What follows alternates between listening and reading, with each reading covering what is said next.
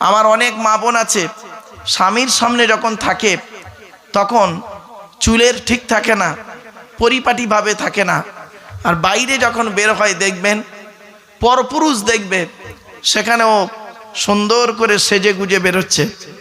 খবরদার নয় মা, বাড়িতে গিয়ে এগুলোকে পরিবর্তন করবেন। স্বামী যদি কেঁদে ফেলে, মেয়েদের একটা চিরুনি হারিয়ে গেলে কাঁদে, মেয়েদের চিরুনি হারিয়ে গেলে কাঁদে, আর ছেলেরা যখন কাঁদে তখন চিরুনি হারালে কাঁদে না, ছেলেদের কান্না হলো বুক ফাটা কান্না। ছেলেরা কাঁদে কম, অন্তর থেকে কাঁদে এদের বেশি। ছেলেরা না কেঁদে সরাসরি ডাইরেক্ট জীবন দিয়ে দেয়, কত ছেলে সুইসাইড করে দেয়।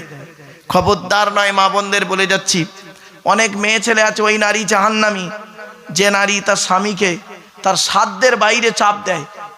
আমার ভাষা বুঝতে পারছেন? সাধ্যের বাইরে মানে স্বামীর দেওয়ার ক্ষমতা নেই, জোর করে তার কাছে চেপে জোর করে নিচ্ছে। আমাকে বগুড়ায় এই ঈদে 10,000 টাকা দামের শাড়ি দিতে হবে। স্বামী সারা মাসে ইনকাম করে 6,000 টাকা, কি করে দেবে? দুটো বাচ্চার কিনবে না, বাম্মার কিনবে না, তোমার একার কিনবে? তাহলে জান্নাতি নারী, এগুলো জাহান্নামী নারীর পরিচয়। আর জান্নাতি নারীর পরিচয় কি? যে নারী স্বামীর সঙ্গে যখন কথা বলবে মিষ্টি ভাষায় কথা বলবে, যে নারী স্বামী যদি রেগে যায়, যে নারী স্বামী যদি রেগে যায়, ওই নারী, এই স্বামী যদি রেগে যায়, নারী বলবে, স্ত্রী বলবে, যতক্ষণ না তুমি রাগ ভেঙে ভাত খাচ্ছ ততক্ষণ পর্যন্ত আমি কিছু খাবই না। এটা হলো জান্নাতি নারীর পরিচয়।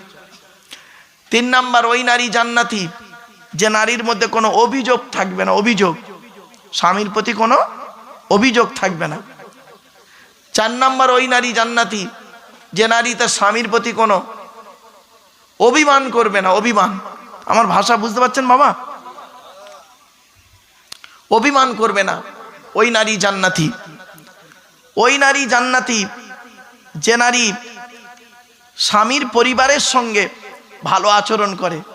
স্বামীর পরিবারকে, স্বামীর বাপ, স্বামীর মা, স্বামীর ভাই, স্বামীর বোন, স্বামীর আত্মীয়।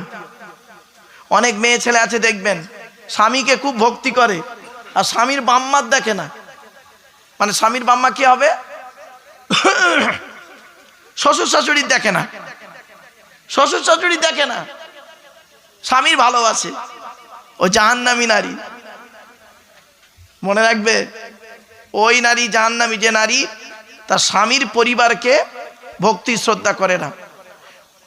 তোমার শ্বশুর, তোমার শাশুড়ি তোমার স্বামীকে কষ্ট করে মানুষ করেছে, লেখাপড়া শিখিয়েছে, তুমি আজকে এসে তোমার মা থেকে শাশুড়ি মা বেটাই তুমি ঝগড়া লাগিয়ে দিলে, বাপ বেটায় ঝগড়া লাগিয়ে দিলে, দিয়ে তোমার বাপের সঙ্গে তোমার স্বামীর ভালোবাসা জুড়িয়ে দিলে, শ্বশুর জামাইয়ের সম্পর্ক ভালোবাসা জুড়িয়ে দিলে।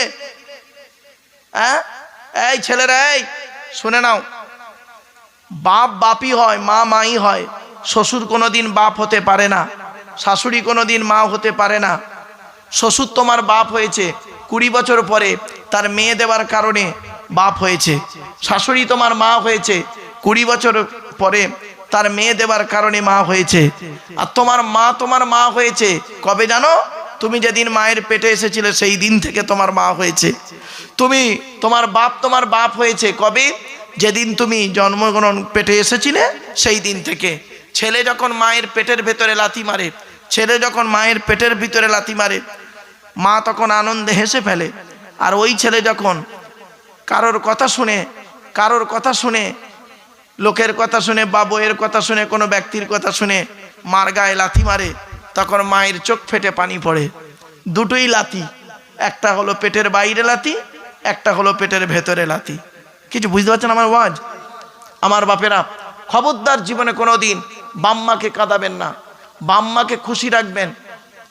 আল্লাহর নবীদের পরই স্থান হলো বাপ আর মায়ের। এই ছেলে, তুমি 4 জনকে খুশি করো।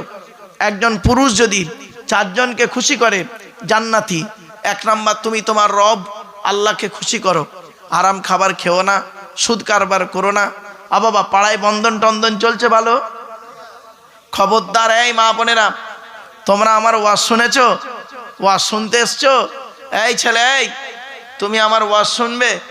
তুমি সুদ কারবার করো, সুদের কারবার করো, মদ খাও, জুয়া খেলো, গাঁজা খাও, সাট্টা খেলো, শুধু তাই নয়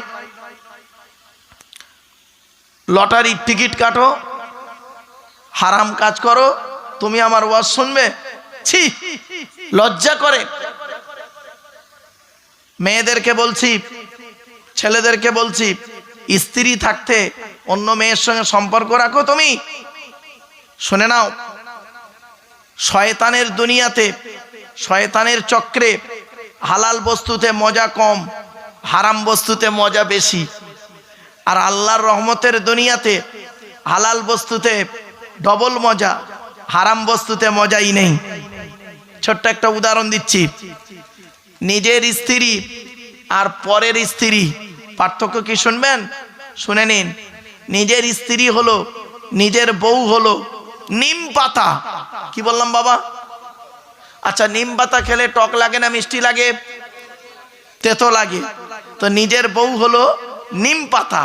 যদি দুটো কথা বলে সহ্য করে নিও, দেখবে ঠিক সংসারটা ভালো চলবে। নিজের বউ হলো নিম পাতা। আর তিতো কাদের উপকার বাবা? যাদের সুগার আছে, সুগার রোগীদের তিতো খুব উপকার। তো নিজের স্ত্রী হলো নিম পাতা, যত খাবে তত সুগারটা কমবে, শরীরের ময়লা রক্তগুলো পরিষ্কার হবে। আর পরের বউ হলো রসগোল্লা, পরের বউ হলো রসগোল্লা, যত খাবে তত সুগার চচ্চড় করে বাড়বে, অর্থাৎ জাহান্নামের দিকে ছুটবে। কিছু বুঝতে পারছো না? অতএব নিজের বউকে মূল্যায়ন করো, পরের বউকে মূল্যায়ন করো না। তুমি পরের বউ দেখে আনন্দ পাবে, পরের বউয়ের মধ্যে যা যা আছে তোমার স্ত্রীর মধ্যে তাই তাই আছে। তুমি তোমার স্ত্রীর সঙ্গে ভালো আচরণ করো, ভালো ব্যবহার করো। তোমার স্ত্রী তোমার মুখের পানে চেয়ে, তোমার মুখের পানে চেয়ে তোমার স্ত্রী সব ছেড়ে চলে এসছে। ঠিক না বেঠিক? বাপ ছেড়েছে, মা ছেড়েছে, ভাই ছেড়েছে, বোন ছেড়েছে, জন্ম ভিটেটাও ছেড়ে দিয়েছে, ছেড়ে দিয়ে তোমার কাছে এসছে। অনেক শাশুড়ি আছে দেখবেন, নিজের মেয়েকে খাইয়ে নিয়ে ঘরের ভেতর ঢুকে বলল, বৌমা পরের মেয়ে খেয়েছে কি তা খবর নিল না। এই শাশুড়ি মায়েরা শুনে নিন, আপনি পরের মেয়ে বৌমাকে যদি আপন করতে না পারেন, তাহলে মনে রাখবেন আপনারও আল্লাহ মেয়ে দিয়েছে, লোকের বাড়ি বৌমা হয়ে যাবে, আল্লাহর তরফ থেকে গজব পড়বে, বলতে আর হবে না। অনেক ননদ আছে দেখবেন, ভাইয়ের কানে কামড়াচ্ছে যাতে ভাই ভাবিকে মারে, এই ধান্দা করে। এই যুবতী বোনেরা শুনে নাও, ঘুঁটে পড়ে গোবর হাসে, ঘুঁটে বলে তোরও একদিন আছে। তুমি ভাবি পরের মেয়েকে যদি আপন করতে না পারো, আল্লাহ তোমারও একদিন লোকের বাড়ি ভাবি করে নিয়ে যাবে, আল্লাহর তরফ থেকে গজব পড়বে, বলতে আর হবে না। অনেক বৌমাও আছে দেখবেন ডেঞ্জার, স্বামীর ইনকাম বেশি, স্বামীটাকে নিয়ে, ছেলেটাকে মেয়েটাকে নিয়ে খালি আলাদা খাবার ধান্দা করছে। একই দিয়ালের এপারে স্বামী স্ত্রী ছেলে মেয়েকে নিয়ে মুরগির গোস্ত দিয়ে ভাত খাচ্ছে, আর দিয়ালের ওপারে শ্বশুর শাশুড়ি আলু ভর্তা ডাল খাচ্ছে। ওই বৌমার একটু বিবেকে বাঁধলো না যে আমার বাম্মা যদি থাকতো আমি গোপনে এক পিয়ালা তরকারি দিয়ে আসতাম। এই বৌমা, তুমি মুফতি সাহেবের মেয়ে হও, হাজি সাহেবের মেয়ে হও, তুমি যদি তোমার শ্বশুর শাশুড়িকে নিজের বাম্মার মতো ভক্তি শ্রদ্ধা করতে না পারো, তোমার মতো বৌমাও হলো জাহান্নামী। ইসলাম কোনোদিন এক পেশে কথা বলে না। আল্লাহ রসুল বলেছেন 3 ব্যক্তির দোয়া আল্লাহর দরবারে কবুল হয়। 1 নম্বর হলো সালাসু দাওয়াতিন মুস্তাজাবাতিন লা শাক্কা ফীহি, দাওয়াতুল মাজলুম, অত্যাচারকৃত মানুষের দোয়া আল্লাহর দরবারে কবুল হয়। 2 নম্বর ওয়াদাওয়াতুল মুসাফিরি, মুসাফিরের দোয়া আল্লাহর দরবারে কবুল হয়। 3 নম্বর হলো ওয়াদাওয়াতুল ওয়ালিদি আলা ওয়ালাদিহি, কোনো বাপ আর মা যদি নিজের কলিজার টুকরা সন্তানের জন্য দোয়া চেয়ে যায়, বিদ্যুতের থেকে দ্রুত গতিতে বাম্মার দোয়াটা আল্লাহর দরবারে কবুল হয়ে যায়। অতএব আমি আপনাদের বলে যাচ্ছি, বাম্মাকে কোনোদিন কাঁদাবেন না। বাপ আর মা হলো অমূল্য রত্ন। আল্লাহর কোরআন বলছে, কোন পুরুষ, এই যুবক ছেলে, তুমি পৃথিবীতে 4 জনকে খুশি করো, জান্নাতি। 1 নম্বর পুরুষ, তুমি তোমার রব আল্লাহকে খুশি করো। আল্লাহ কোরআনে যেভাবে চলতে বলেছে সেইভাবে চলো। হারামকে বর্জন করো, হালালকে গ্রহণ করো। পাপ কাজ থেকে দূরে সরে থাকো। মানুষের উপকার করতে না পারলে ক্ষতি করতে যাবে না। মনে রেখো, আল্লাহ ছাড় দেয়, ছেড়ে দেয় না। 2 নাম্বার হলো তুমি তোমার পিতামাতার সঙ্গে তুমি তোমার রব নবীকে খুশি করো। 1 নাম্বার তুমি তোমার রব আল্লাহকে খুশি করো। 2 নাম্বার তুমি তোমার নবীকে খুশি করো। নবীকে খুশি করো। নবী যেভাবে খেয়েছে তুমি সেইভাবে খাও। নবী যেভাবে চলেছে সেইভাবে চলো। নবী যেভাবে ঘুমিয়েছে সেইভাবে ঘুমাও। নবী যেভাবে ব্যবসা করেছে সেইভাবে ব্যবসা করো। নবী যেভাবে রাজনীতি করেছে সেইভাবে রাজনীতি করো। নবীজি যেভাবে জীবনযাপন করেছে তুমি সেইভাবে জীবনযাপন করো। নবীজি যেভাবে তার স্ত্রীদের সঙ্গে আচার আচরণ করেছে তুমি সেইভাবে তুমি তোমার স্ত্রীর সঙ্গে সেইরূপ আচরণ করো। তুমি স্বামী তোমার স্ত্রীর প্রতি অত্যাচার করবে, আল্লাহর তরফ থেকে গজব পড়বে। অনেক স্বামী আছে দেখবেন স্ত্রীকে মারধর করে, স্ত্রীকে গালিগালাজ করে, স্ত্রীকে খুব বাজে বাজে কথা বলে। খবরদার বলবেন না। স্ত্রীর পিতামাতার গালি দেওয়া হারাম। স্ত্রীর পিতামাতা কে বাবা? শ্বশুর শাশুড়ি। শ্বশুর শাশুড়ির গালি দেওয়া হারাম। খবরদার কোনোদিন শ্বশুর শাশুড়ির গালি দেবেন না, আল্লাহর নবী নিষেধ করেছেন। 3 নাম্বার হলো তুমি তোমার বাপ জন্মদাতা বাপকে খুশি করো। বাপকে জীবনে কাঁদাইও না। মনে রেখো, আল্লাহ পাক কোরআনে বলেছেন, ইয়াসআলুনাকা মাযা ইউনফিকুন কুল মা আনফাকতুম মিন খায়রিন ফালিল ওয়ালিদাইনি ওয়াল আকরাবিন। আল্লাহ পাক বলছেন কি, যে নবী তোমাকে ওরা প্রশ্ন করছে টাকা পয়সা কোথায় ব্যয় করলে আল্লাহ খুশি হবে। নবী তুমি বলে দাও, কুল মা আনফাকতুম মিন খায়রিন ফালিল ওয়ালিদাইনি ওয়াল আকরাবিন। আল্লাহ পাক বলছেন নবী তুমি বলে দাও যে টাকা পয়সা যদি খরচা করতে হয় তোমাদের বাপ আর মায়ের পিছনে পয়সা ব্যয় করবে, আল্লাহ খুশি হয়ে যাবে। শোনো বাবা, গাছের প্রথম ফলটা জন্মদাতা বাপ আর মাকে খাওয়াবে। মাসের প্রথম মাইনেটা বাম্মার হাতে তুলে দেবে। দেখবে তোমার পয়সা তোমার বাম্মা কোনোদিন অযথা নষ্ট করবে না। মনে রাখবেন, বাপ আর মা এমন জিনিস। বাবা আমি নিজে তার ভুক্তভোগী গো বাবা। আমার মাইনে তুলতো আমার আব্বা, আমার মাইনে তুলতো আমার আব্বা। শুধু তাই নয়, আমার এটিএম কার্ড আমার আব্বাই ব্যবহার করত। শুধু তাই নয়, আমার সব কিছু আমার বাপ আর মায়ের অবদান। তাদের ঋণ আমি শুধতে পারবো না। আজ তারা পৃথিবীতে নেই, অন্ধকার নীরব নগরে চলে গেছে। বাবা এখানে একটা কথা বলি, অনেকে আছে বাম্মা মরে গেছে, বাম্মার জন্য তুমি কি করেছো? অনেকের বাম্মা জীবিত আছে, জীবিত বাম্মার জন্য তুমি কি করছো? শুনে রেখে দাও, সকালবেলা ঘুম থেকে উঠে বাপ আর মায়ের খবর নেবে। আব্বা কেমন আছো? মা তুমি কেমন আছো?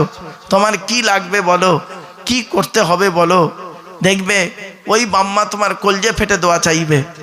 আমি আব্দুল্লাহ খিল মারুফ আমার হাতে 500 টাকার নোট দিয়ে দোয়া চাইবেন, দোয়া কবুল হবে কি তা জানি না, তবে এতটুকু বলতে পারি, আপনার জন্মদাতা বাপের হাতে 50 টাকার নোট দিয়ে খালি বলবেন আব্বা এটা চা খাবে, তো বাপ করবে কি, টাকাটা নিয়ে আকাশের দিকে চাইবে, চোখ ফেটে পানি পড়বে, অন্তর থেকে দোয়া চাইবে। ওই দোয়াটা আল্লাহর আরশে আজিমে পৌঁছে যাবে।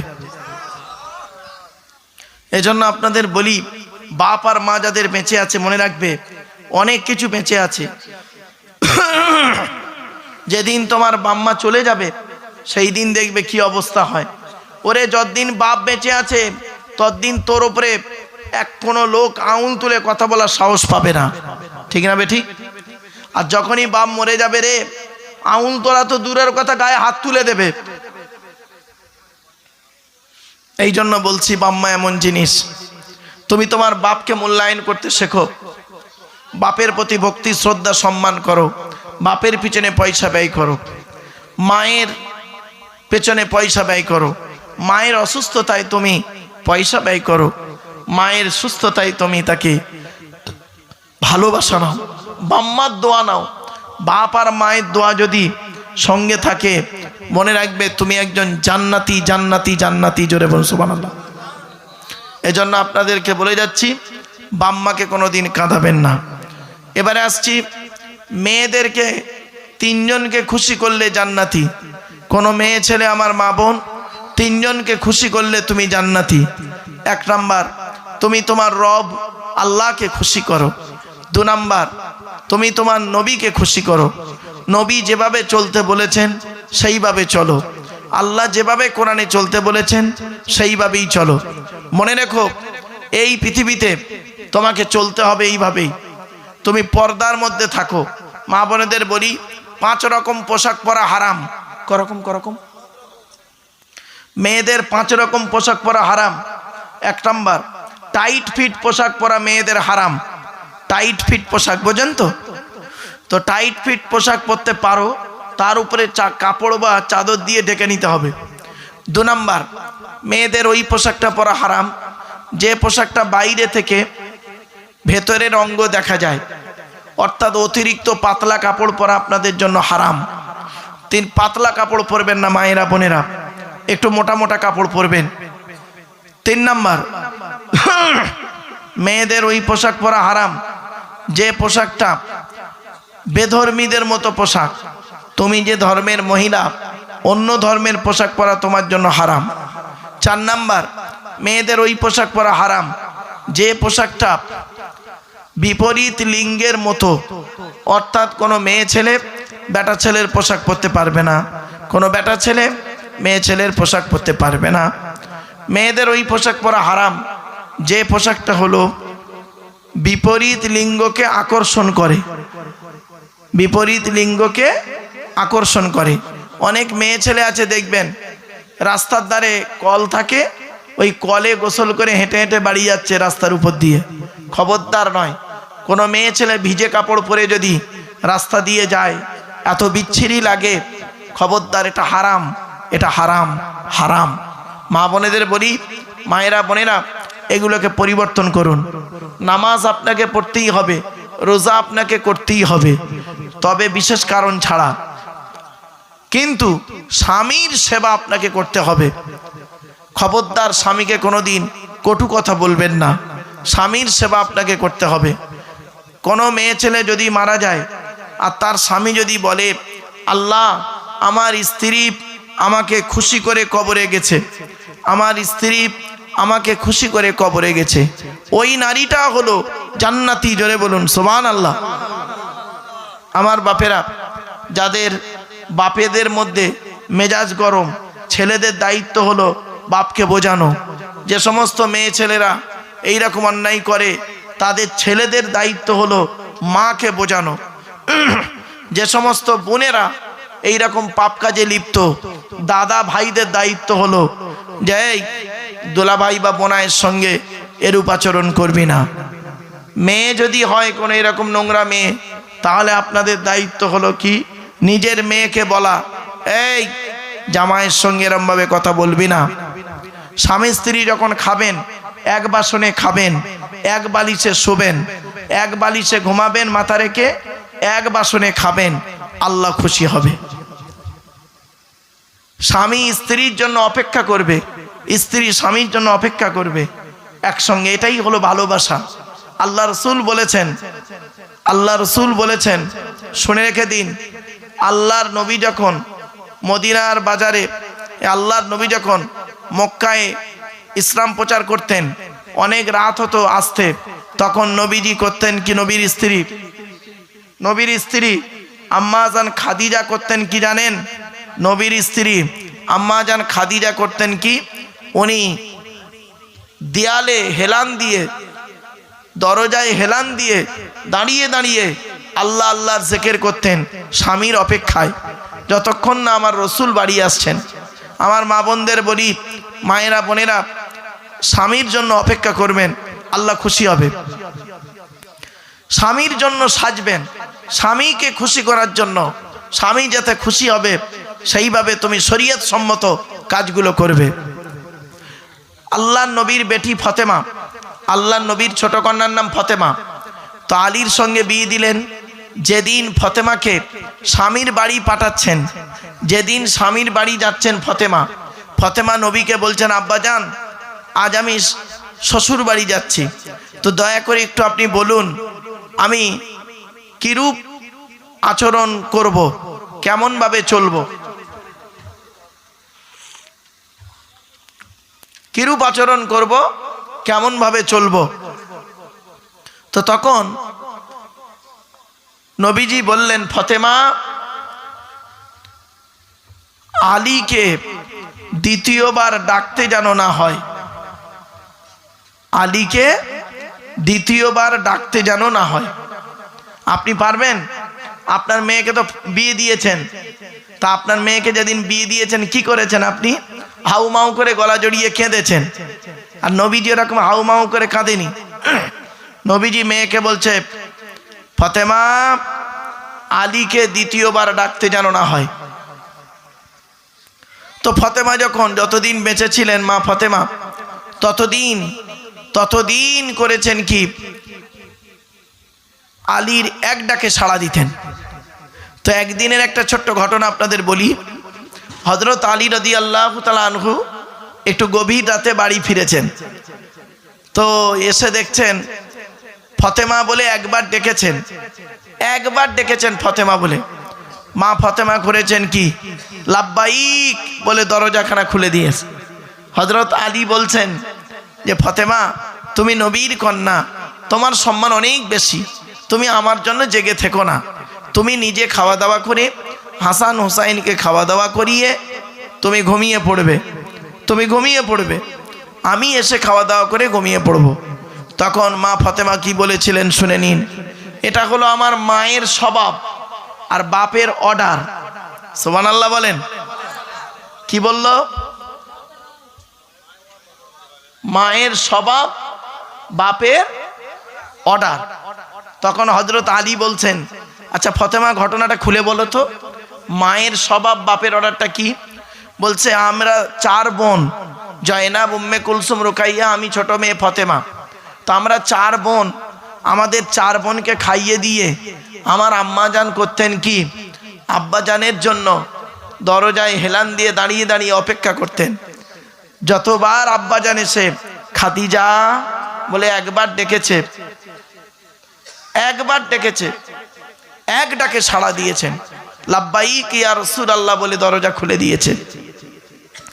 তা আমি তার কন্যা, আমি আমার মায়ের থেকে এই স্বভাবটা শিখেছি। জোরে বলুন সুবহানাল্লাহ। এজন্য মা গুণে বেটি হয়। মা যদি ভালো হয়, ওর পেটের বাচ্চাটা ভালো হবে। আর মা যদি বদমাশ হয়, পেটের বাচ্চাটা শয়তান হবে, বদমাশ হবে।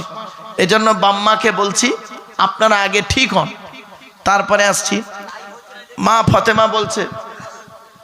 ফতেমা বলছেন যে, দ্বিতীয় কথাটা আমি তোমাকে জিজ্ঞাসা করছি, বাপের অর্ডারটা কি? বলে, যেদিন আমি আপনার বাড়ি আসছিলাম সেদিন আমার আব্বাজান বলেছিলেন যে কি, যে ফতেমা, আপনার নাম ধরে বলেছিলেন আলীকে দ্বিতীয়বার ডাকতে যেন না হয়। তা আমি বাপের অর্ডারটা মান্য করতে গিয়ে চেষ্টা করব মরণ পর্যন্ত এক ডাকে সাড়া দিতে চেষ্টা করব, আমি এক ডাকে সাড়া দিতে। আমার বাপেরা অবাক হয়ে যায়। আজকের অনেক মেয়ে ছেলে আছে, দেখবেন স্বামীকে তুচ্ছ তাচ্ছিল্য করে, স্বামীকে মূল্য দেয় না, স্বামীর মূল্য দেয় না। বুঝতে পারছেন? খবরদার মা বোনরা, স্বামীকে মূল্য দিতে শেখুন। আর স্বামীদেরকে বলে যাচ্ছি, স্ত্রীর প্রতি স্নেহ, মায়া, মমতা, ভালোবাসা দিন। আল্লাহর নবী বলেছেন, তুমি যেটা খাবে স্ত্রীকে তেমন খাওয়াবে, তুমি যেমন খাবে স্ত্রীকে তেমন খাওয়াবে, তোমরা যেমন পড়বে স্ত্রীদের তেমন পড়াবে। আর স্ত্রীকে মাঝে মাঝে বেড়াতে নিয়ে যাবেন। রাসূলুল্লাহর হাদিস, আল্লাহর নবী বলেছেন, স্ত্রীকে মাঝে মাঝে বাড়ির বাইরে বেড়াতে নিয়ে যাবে স্বামী, এটা সুন্নাত। স্ত্রীর কোলে মাথা রেখে কোরআন তেলাওয়াত করা সুন্নাত। শুনে নিন এগুলো, স্ত্রীর কোলে মাথা রেখে কোরআন তেলাওয়াত করা, মনে রাখবেন। শুধু তাই নয়, আর স্ত্রীরও উচিত স্বামীর মাথাটা তার কোলে নিয়ে ভালো ভালো কথাগুলো তাকে বোঝানো, যে পাপ কাজ করো না, মদ খেও না, সুদ খেও না, ঘুষ খেও না, মদ খেও না, সুদ খেও না, হারাম খাবার খাওয়াইও না। আমরা ডাল ভাত খাবো তাও বি আচ্ছা, হালালের ডাল ভাতই ভালো হারামের বিরিয়ানি ভাতের থেকে, হালালের ডাল ভাতটাও ভালো। সেজন্য আপনাদেরকে আমি বলি, কথাগুলো একটু মাথায় রাখুন। বাপেরা যে যেখানে আছেন দয়া করে মেহেরবানি করে একটু চলে আসেন, দোয়া হবে, আখেরি দোয়া হবে।